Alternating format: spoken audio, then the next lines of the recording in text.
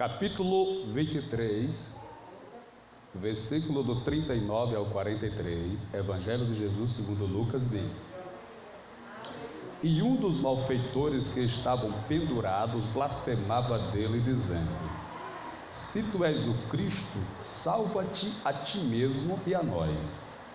Respondendo, porém, o outro, repreendia-o, dizendo: Tu nem ainda temes a Deus, estando na mesma condenação? E nós, na verdade, com justiça, porque recebemos os que os nossos feitos mereciam, mas este nenhum mal fez. E disse a Jesus: Senhor, lembra-te de mim quando entrares no teu reino? E disse-lhe Jesus: Em verdade te digo que hoje estarás comigo no paraíso. Oremos em nome de Jesus. Senhor Jesus, muito obrigado por mais uma oportunidade, não só de te louvar, de te adorar, de te glorificar, de estar na tua presença, mas também pelo privilégio, a riqueza, o grande benefício de ouvir a sua voz e ser alimentado pela tua palavra. Pai Santo, muitos gostariam de ter esse privilégio, não podem. Outros, meu Deus, até podem, mas não valorizam nem entendem essa grandeza. Por isso que aqui estamos e nos devotamos, nos derramamos aos teus pés e declaramos que te servimos com toda a alegria da nossa alma, mente e coração, porque o Senhor é o único nos céus e na terra. Assim, Pai, venha e a todos abençoe e nos fale aos corações, em nome de Jesus. Amém. Deus abençoe, pode sentar.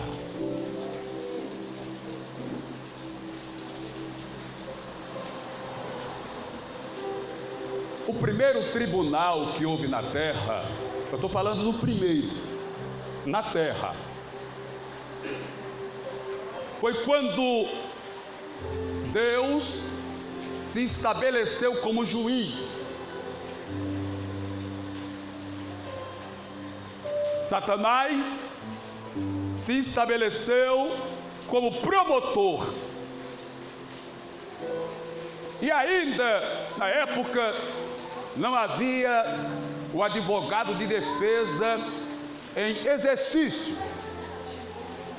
Os réus foram Adão, Eva e a serpente. E o crime que eles cometeram, se eu posso assim classificar como crime, você vai entender, é a desobediência que eles cometeram contra Deus, comendo do fruto da árvore do conhecimento do bem e do mal. Coisa esta que Deus tinha determinado e proibido terminantemente deles comerem. No dia do julgamento, cada um fazia a sua própria defesa, como eu falei, não tinha em exercício o advogado de defesa, que no caso seria Jesus, mas não tinha ninguém ali. Cada um fazia a sua própria defesa, assim como era nos tempos primitivos, no tempo do Império Romano, cada um fazia a sua própria defesa.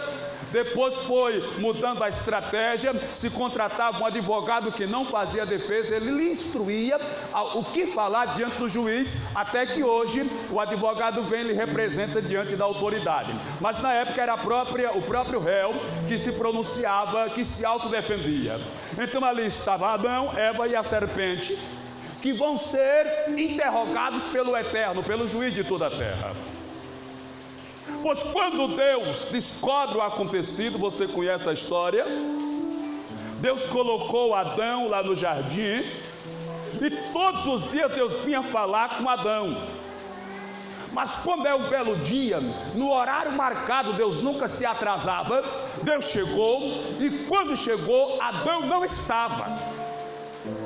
Então Deus decide chamar por Adão, e a indagação de Deus é: Adão, onde tu estás?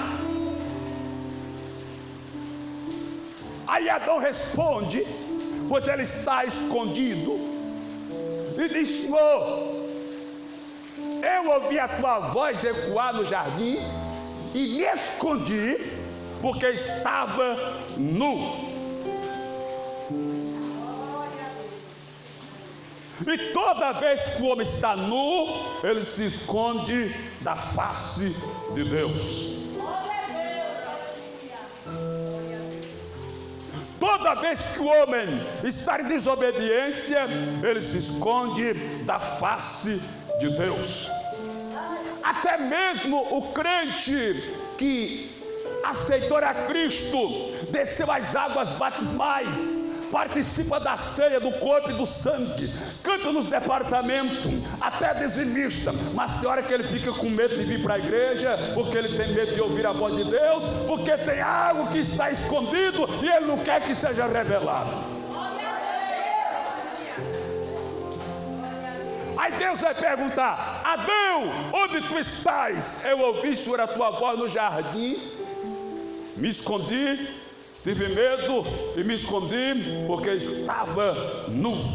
Aí a pergunta de Deus foi: quem te mostrou que estava nu? Por acaso comesse do fruto que eu te ordenei que não comesse? Então vai surgir aí a maior especialidade do homem, que é dar desculpa.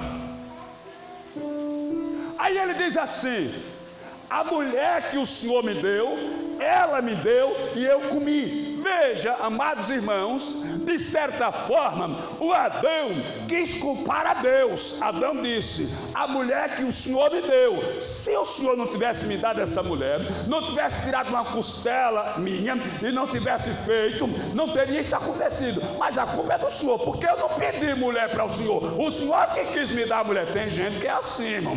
Tem gente que é tão mesquinho, tão miserável, que Deus dá a bênção para ele, ele não sabe usar a bênção, se desgraça com a bênção e depois quer culpar o abençoador. Se ajeita, rapaz, tome jeito, procure andar direito no eterno que está. Eita! Aleluia! Aí Deus, ouvindo a proposta de Adão, vai se dirigir a Eva e vai perguntar: Eva, por que você comeu do fruto que não era para comer? Aí vai surgir a especialidade humana mais uma vez.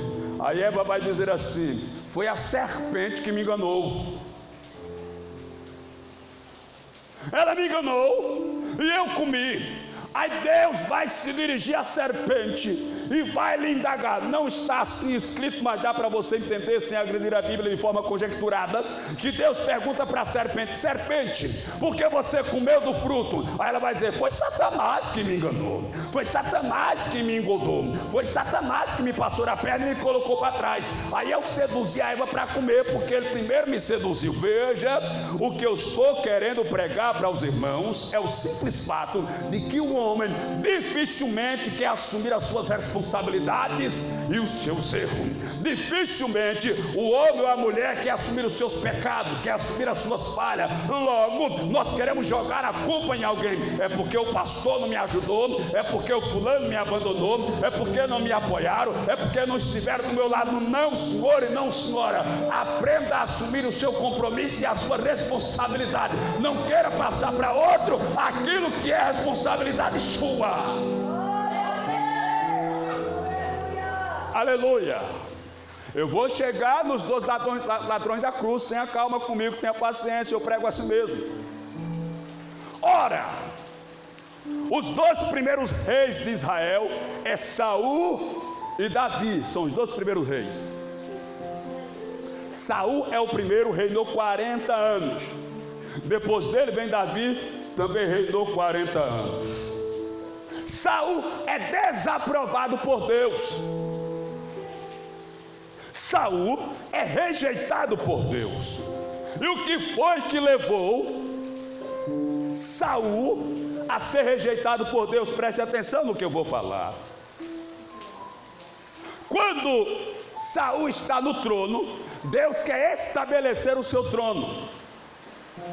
Deus vai chamar Samuel e vai dizer assim: Samuel, vá até Saul, diga a ele que vá até os amalequitas e acabe com tudo lá. Homens, mulheres, jovens, anciãos, criança, gado, ovelha, camelo, jumento, cavalo, não deixe nada. Diga a ele que acabe com tudo.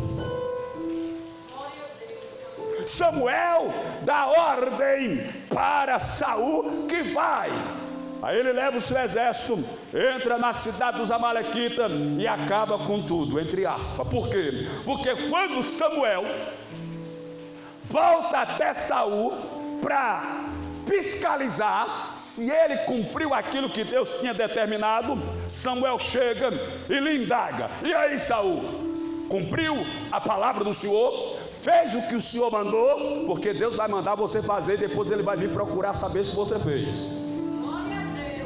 Deus vai lhe dar a missão e a tarefa, depois ele vai vir investigar para saber se você está dando cabo da missão e da tarefa. Aleluia. Eu não sei se vai demorar um dia, uma semana, 15 dias, um mês, um ano, 2 anos, 5 anos, 10 anos, mas um dia eu e você teremos que prestar conta diante dele por aquilo que ele colocou na nossa mão. Então toma cuidado na vida, rapaz. Pois bem, eu estou pregando Bíblia para os amados. O Samuel chegou, e aí Saul cumpriu a palavra de Deus, cumprir. Aí de repente o Samuel escuta o mugido do boi, o balido das ovelhas, o relinchar dos cavalos, e pergunta para Saul: Saul, mas que barulho é esse que eu estou ouvindo? Balido de ovelha, mugido de gado e relinchar de cavalo. O que é isso que eu estou ouvindo aí? Aí disse: não, foi porque o povo, eles acharam por bem deixar o melhor das ovelhas e o melhor do gado para ofertar a Deus.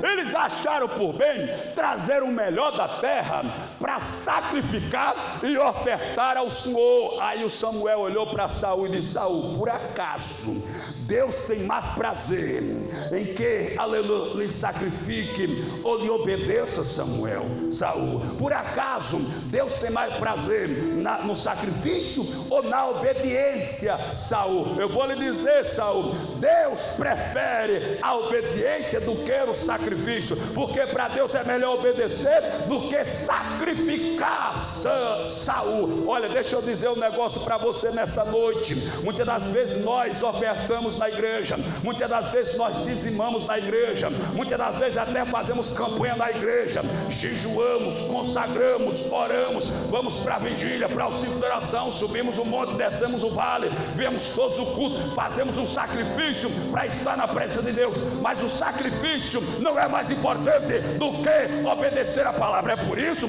que muitas das vezes eu faço o sacrifício e não recebo a vitória, porque eu estou sacrificando, mas não estou obedecendo a palavra.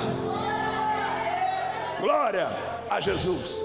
Aí a Bíblia diz que Samuel vai matar os bichos e mata o rei Agag, que ele também deixou com vida o rei. Outro dia, Saul está para entrar na peleja, numa guerra, mas ele tem que esperar o Samuel chegar. O Samuel é o sumo sacerdote, ele tem que esperar o Samuel chegar, oferecer um sacrifício e receber a resposta de Deus, se é para ir para a guerra ou se não é para ir para a guerra. A hora que é para ir e a hora que não é para ir, como se deve ir, como não se deve ir. Eram 7 dias que ele tinha que esperar. Passou o primeiro dia, Samuel não veio. O segundo dia não veio. O terceiro dia não veio. O quarto dia não veio. O quinto dia não veio. O sexto dia não veio. No 7º dia, que era quando ele ia chegar, ele demorou para chegar. Sabe o que foi que o Saul fez? Saul começou a ver o povo correndo, os soldados se escondendo. Pode ler Bíblia, eu estou pregando Bíblia para você. Ele começou a ver os soldados correndo, se escondendo, entrando na caverna, entrando nos espinhos. Ele disse: pronto, vai terminar todo mundo ir embora e eu ficar sozinho. Aleluia. Eu já sei, eu mesmo vou oferecer o sacrifício, eu mesmo vou degolar o novilho, eu mesmo vou sangrar o cordeiro e vou sacrificar para receber a resposta de Deus. Aí a Santa Bíblia diz que ele mandou trazer o novilho, mandou trazer o sacrifício, colocou sobre o altar e sacrificou. Quando ele terminou de sacrificar, Samuel chegou. Porque às vezes, irmão, nós ficamos assustados quando aqueles que eram para nos ajudar na nossa visão humana começam a se afastar, começam a ir-se embora, começam a correr. Aí você começa a entrar em desespero. Eita, vai terminar eu ficar sozinho, vai terminar ninguém ficar comigo, vai terminar eu caminhar sozinho, e agora vai ficar muito triste. Eita, agora vão dizer que quando estou sendo aprovado por Deus, vão dizer que Deus não é comigo, vão dizer que Deus não vai me dar vitória, vão falar um bocado de coisa, vão inventar um bocado de conversa, e agora vou ficar, aleluia, com a minha imagem arrancada arranhada, eu vou ficar. Ei, deixa eu dizer um negócio para você. Deixe quem quiser ir-se embora, se é Deus que está assim o permitindo. Quem você não pode deixar ir-se embora é a palavra, é o Espírito Santo, é Jesus de Nazaré e nem o Eterno.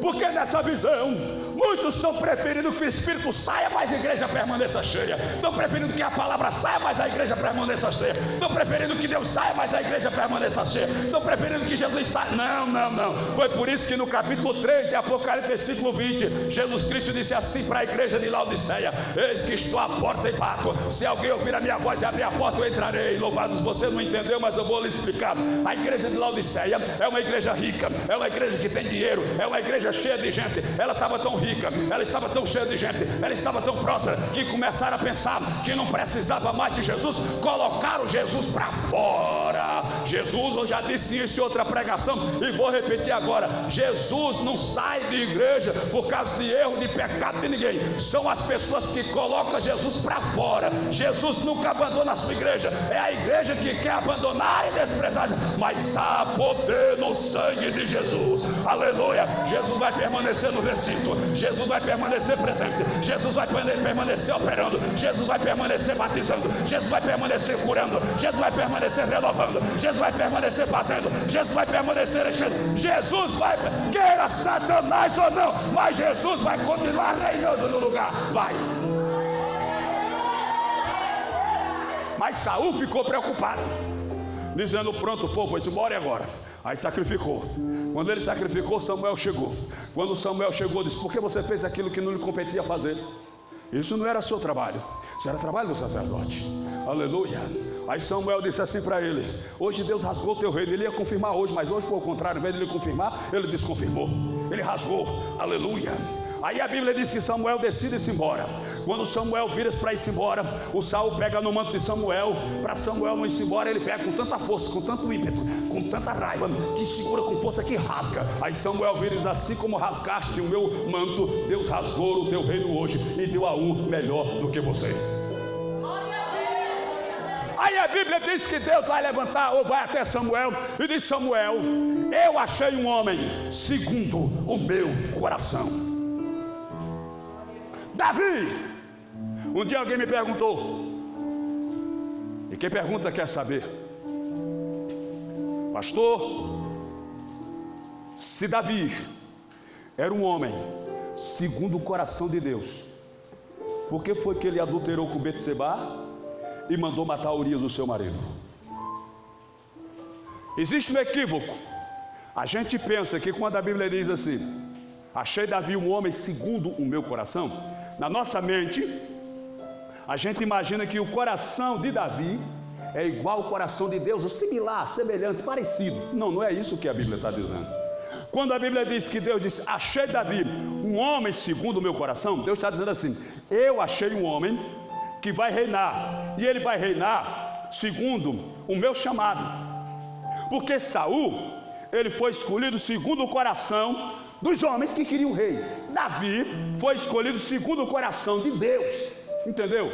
Que não é o coração de Davi que é igual ao coração de Deus, é porque aquele foi o rei que o coração de Deus decidiu levantar. Davi não tinha, nem chegava perto de parecer com o coração de Deus.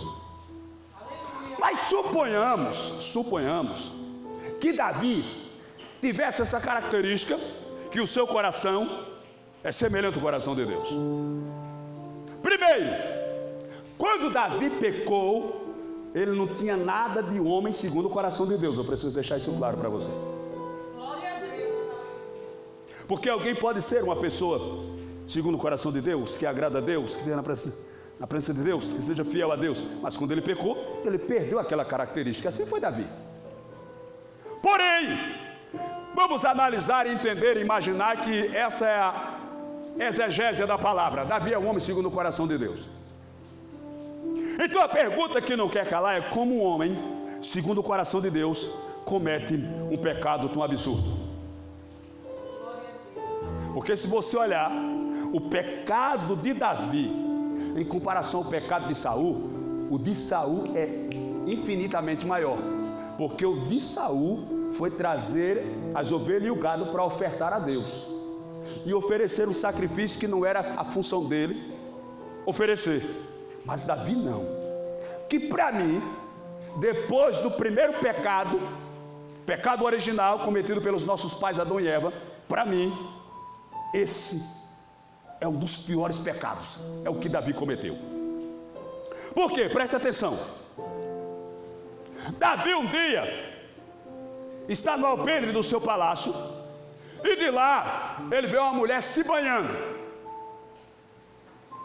Quando ele vê a mulher se banhando, ele chama o empregado e pergunta: quem é aquela mulher? Alguém disse: é a Betseba. Quem é o esposo dela? Aí disseram: é Urias. Urias é um dos soldados de Davi. Davi, ele selecionou 30 soldados que eram considerados valentes de Davi. Quando Davi está prestes à morte, ele faz um discurso e fala sobre os seus valentes. Na lista você vê 37, porque alguns quando morriam eram substituídos, mas eram 30. E Urias era um dos 30. Urias, para você ter uma ideia, esses homens eles eram tão extraordinários. Eu já falei aqui sobre, eu não sei se foi sobre o Eleazar ou se foi sobre o Samar. Acho que foi no primeiro culto aqui que a gente fez de forma oficial. Teve 2 deles que um dia Davi disse assim: quem me dera beber da água da fonte que está em Belém. Davi desejou beber da água de uma fonte que estava em Belém. 2 deles se juntaram, passaram a guarnição do inimigo, foram lá no poço de Belém, tiraram água e trouxeram para Davi. Eram homens que tinham a disposição de pular na frente do rei para receber um tiro no lugar do rei. Eram homens desse estirpe, dessa qualidade, desse quilate. Urias era um deles, que tinha a coragem de dar a vida pelo rei. Glória a Deus. E ele sabia que a mulher era do seu soldado Urias. Mesmo assim mandou chamá-la. Ela veio.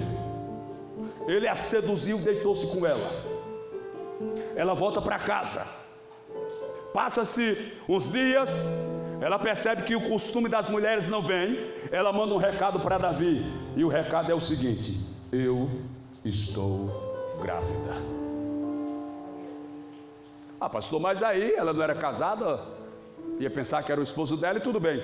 Detalhe: Urias estava no campo de batalha há meses. Davi ficou preocupado e pensativo.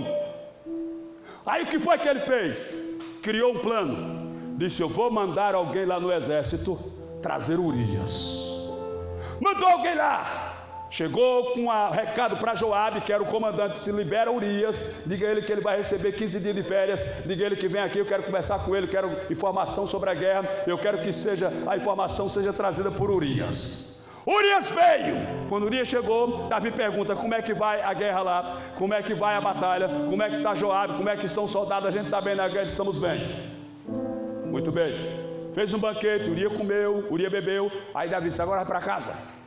A Bíblia diz que quando ele chegou na porta do palácio, ele se deitou e dormiu, passou a noite ali, não foi para casa.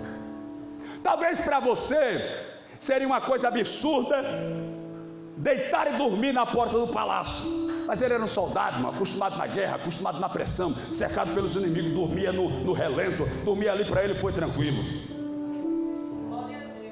No dia seguinte foram a Davi e disseram: Urias não foi para casa não, passou a noite no palácio. Aí Davi coçou a cabeça: não é possível. Aí chamou ele novamente, deu comida, mandou encher ele de vinho. Quando ele estava bem animado do vinho, bem alegre do vinho, aí Davi disse: vai para casa, vai lá dar um cheiro na tua esposa, vai dar um abraço na tua esposa, vai ver a tua mulher, rapaz. Aí a Bíblia diz que ele saiu, deitou na porta do palácio e dormiu lá de novo. Aí no outro dia foram a Davi e disse: Davi, ele não foi de novo para casa não, dormiu na porta. Davi, não é possível. Aí Davi foi para o plano B, disse: agora eu vou mudar o plano. Pegou uma pena, um lanquim e o papiro e escreveu uma carta para Joabe. E na carta estava assim: eu ordeno que você coloque Urias na frente de batalha, aonde houver os soldados inimigos mais valentes, que é para Urias morrer. E não se preocupe, na guerra a espada mata esse e mata aquele, não seja isso pesado na tua consciência. Escreveu a carta, dobrou a carta, selou a carta e entregou a carta para Urias levar, para entregar ao comandante. Glória a Deus.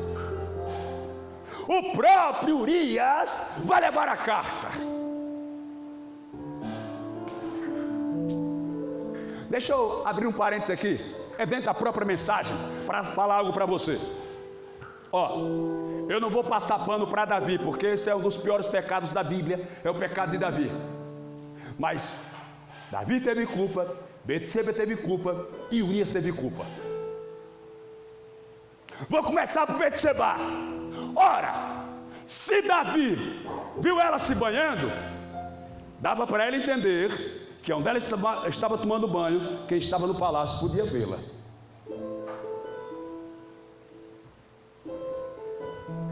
Se eu posso lhe ver daqui para lá, você pode me ver de lá para cá. Então o lugar que ela estava se banhando dava vista para o alpendre do rei.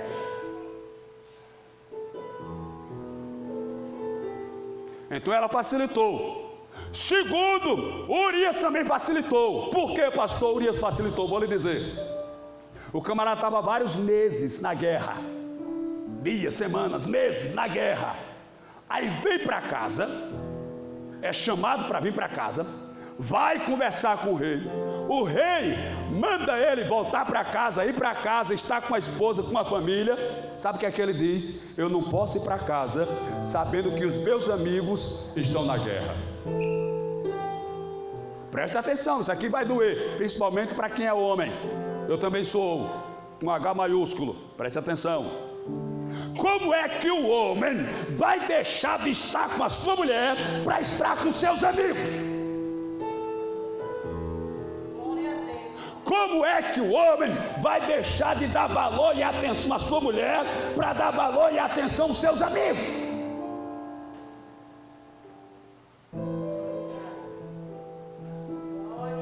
Não, mulher, fica aí porque eu vou jogar uma bolinha ali com meus amigos.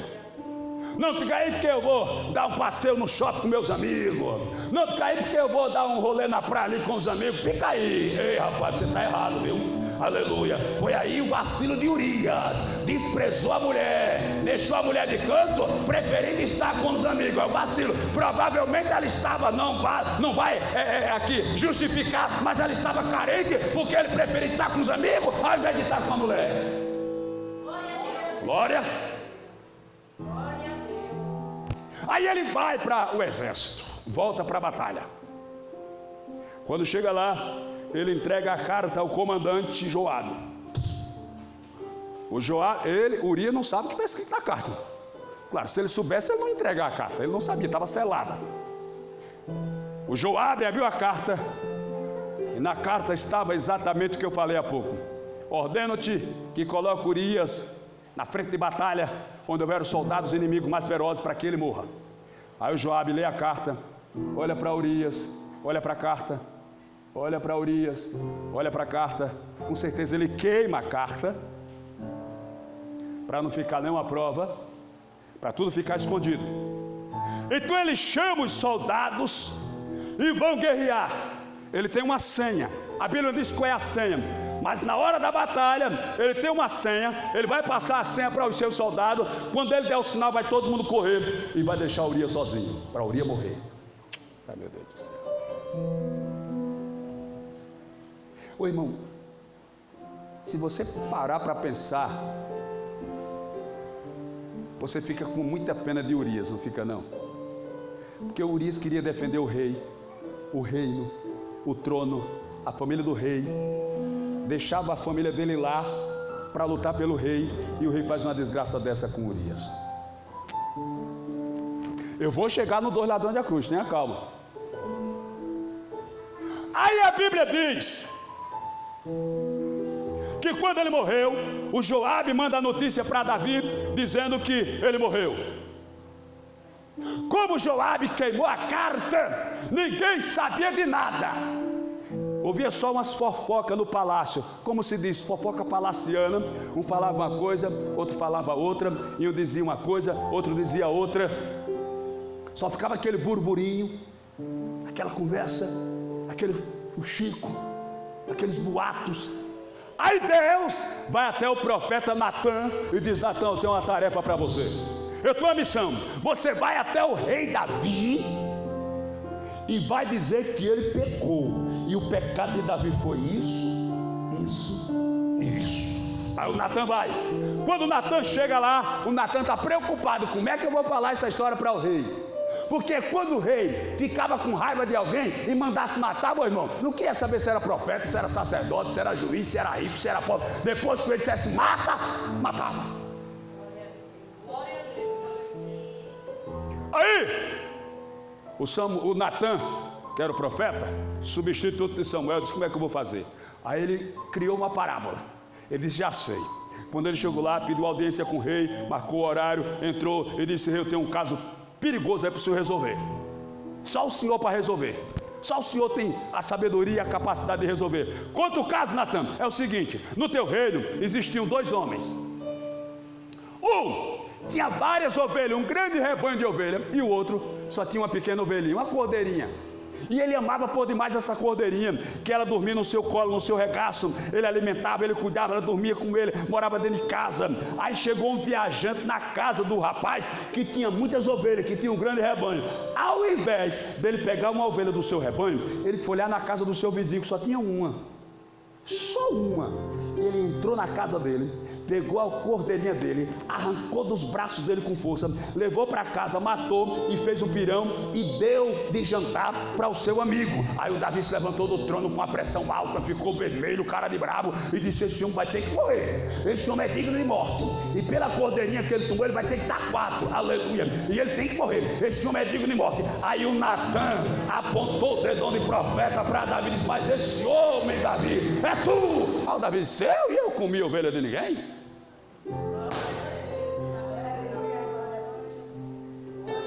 E eu fiz pirão para ninguém com ovelha do seu ninguém? Aí o Natã disse: não, você não me entendeu. Porque quando o homem está em desobediência, quando Deus fala, ele não entende, aleluia. Deus fala, ele não compreende, aleluia. Às vezes pensa: olha, quando o homem não está ligado, quando a mulher não está ligada, aí Deus está falando e ele está pensando que é com fulano, que é com Beltrano. Quando é castigo, ele pensa: é para fulano, é para Beltrano. Quando é bênção, ele pensa que é ele. Aí se engana, você tem que estar ligado. Lembra de Mardoqueu, que o Ramã queria enforcá-lo?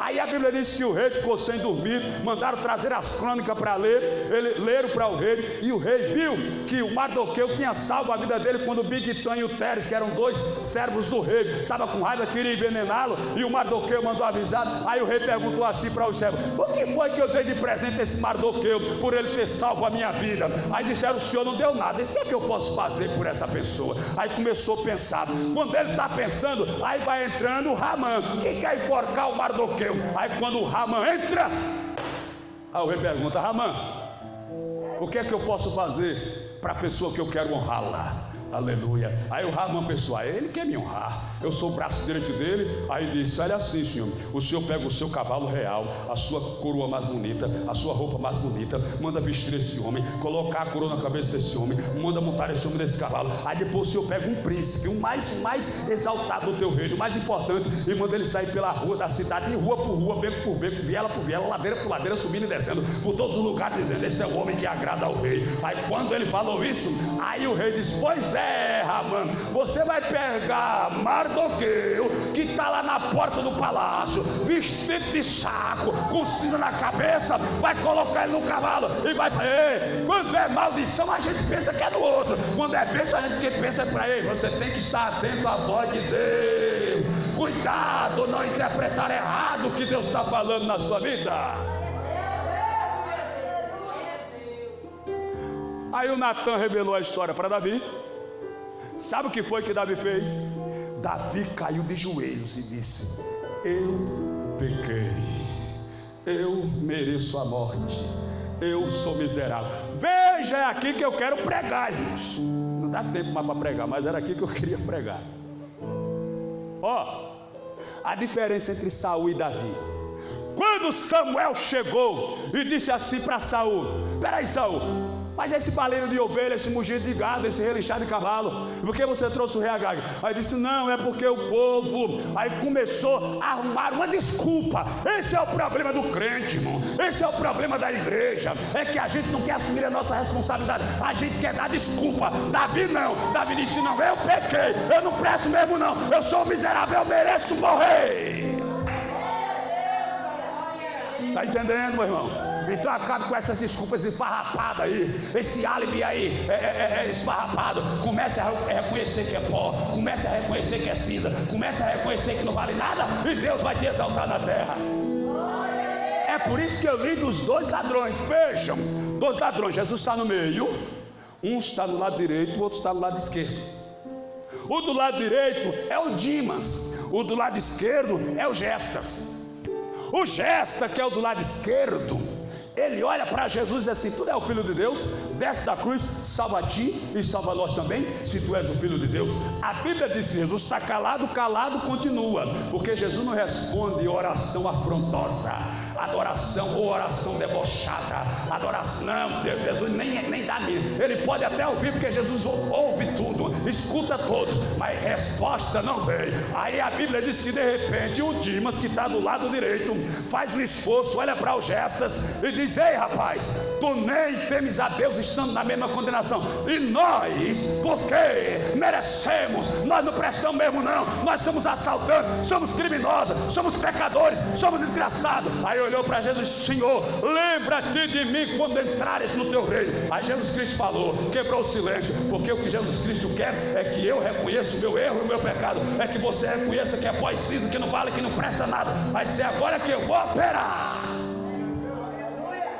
Aí Jesus Cristo vira para ele e diz: eis que te digo hoje mesmo, aleluia, não é amanhã nem depois de amanhã, nem daqui a um mês, um ano, 2 ou 5 ou 10, hoje mesmo a tua vitória chega, hoje mesmo a tua bênção vem, aleluia.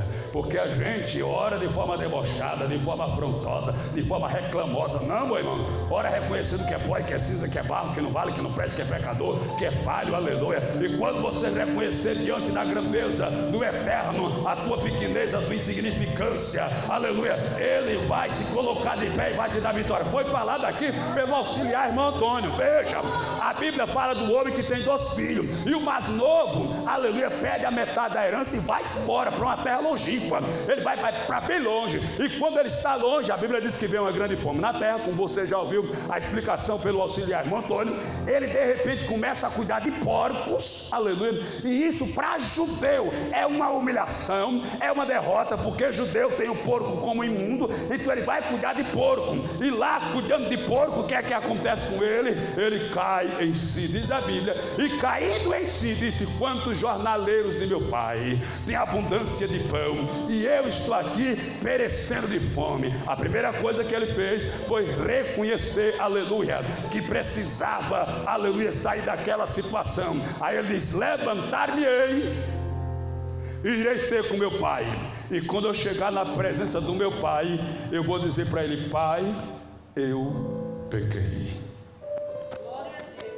Eu não vou arrumar desculpa, dizer que ele era chato, que a minha mãe era chata, que o meu irmão era chato, que eu estava cansado de trabalhar, que eu não estava gostando daquela vida, que aquela vida estava me cansando, que aquela vida estava me sufocando. Não, eu vou dizer: pai, eu pequei, eu falhei, eu errei e quero o teu perdão. Porque às vezes a gente até confessa o pecado, mas fica querendo se justificar porque pecou. Não, Deus, ela também chegou perto de mim com aquele shortinho todo assim, remexendo aí. Se ajeite, vai. Não, Deus, porque também o meu marido é muito chato. Aí chegou lá o Leonardo DiCaprio com aquela lábia bonita. Deixa eu dizer uma coisa para você, para homem e para mulher: qualquer um ou qualquer uma pode te dar uma noite de prazer. Agora, suportar você por 5, 10, 15, 20, 30 anos, só quem é homem de Deus e mulher de Deus, viu? qualquer uma pode te dar uma noite de prazer, 2 noites de prazer, 2 vezes por mês, 3 vezes por mês. Eu quero ver conviver lado a lado, 1 ano, 2 anos, aleluia. Porque nesse negócio, meu irmão e minha irmã, quando vão se encontrar, ela vai lá dentro do espelho, faz aquela maquiagem, manda escovar o cabelo, compra aquela roupa, ele vai lá, dá aquele trato lá no barbeiro, no cabeleireiro, né? Se ajeita, se perfuma, aí vão. Aí chega lá, a Branca de Neve e o Príncipe Encantado. Mas quando passam a viver, aleluia, 24 horas por dia, aí vai ter um dia que você vai se acordar, aleluia, ela não vai estar maquiada, o cabelo não vai estar escovado. Quando você virar assim, eita, onde que é isso aqui, meu Jesus? Está entendendo, meu irmão? Dizem que é o Roberto Justus, que ele obriga a mulher dele a dormir maquiada e se acordar maquiada. Dizem, eu não sei não. Não sei se você conhece o Roberto, é um empresário que tem aí no Brasil. Eu tenho um amigo quando trabalhava no Bom Preço, o Quedes, o nome dele era Quedes mesmo. Ele era meio baixinho, a mulher dele era uma lapada de mulher, eu nunca vi pessoalmente, não, mas pelas fotos que ele mostrava. Ela tinha um rostão bem largo. Ele disse que um dia estava sonhando com um caixão, com um defunto no caixão.